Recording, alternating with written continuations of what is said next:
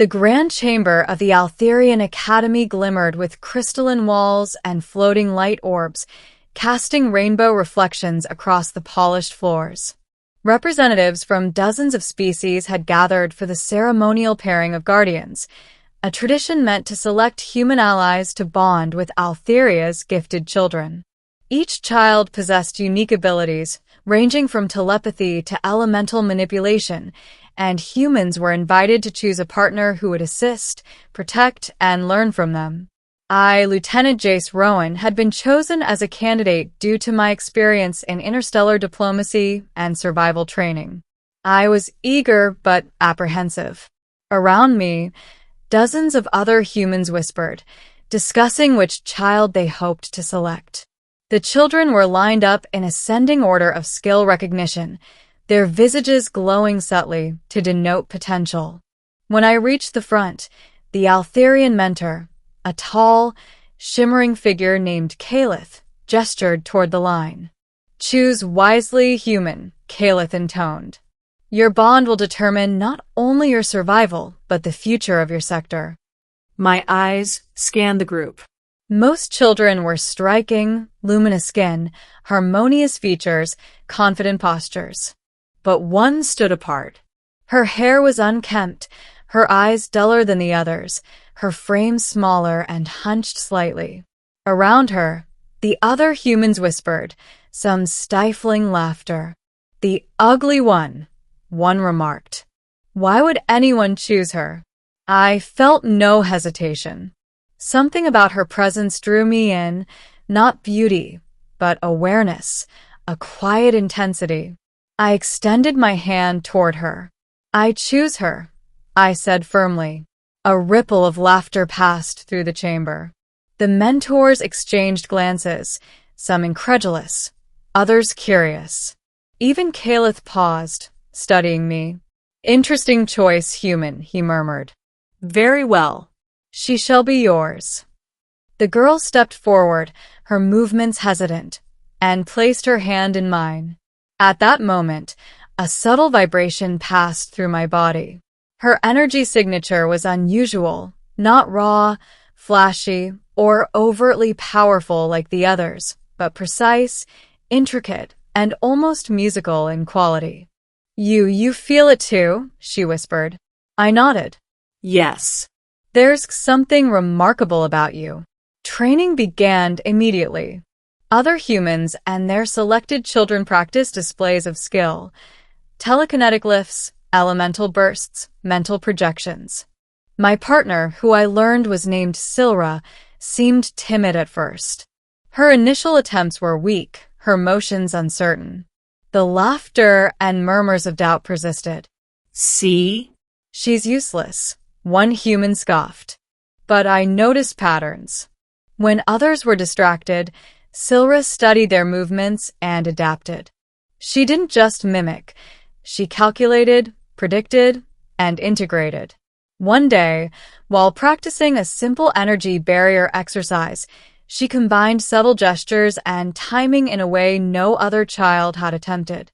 The barrier shimmered not only in strength but in resonance, harmonizing with the chamber's crystalline walls and amplifying our defensive range exponentially. The other humans stopped mid-practice, staring in disbelief. How did she do that?" someone whispered. I smiled.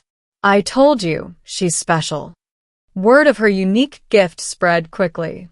Calith himself observed her in private sessions, running complex simulations that had never been tested. Silra adapted to each challenge, her mind working not with brute force, but with elegance and precision. While the other children's powers were spectacular in isolated displays, Silra's gift allowed for control, synergy, and unforeseen adaptability. Months passed. The Academy issued a final trial, a simulated invasion by the Nexari, a merciless alien faction notorious for attacking peaceful systems.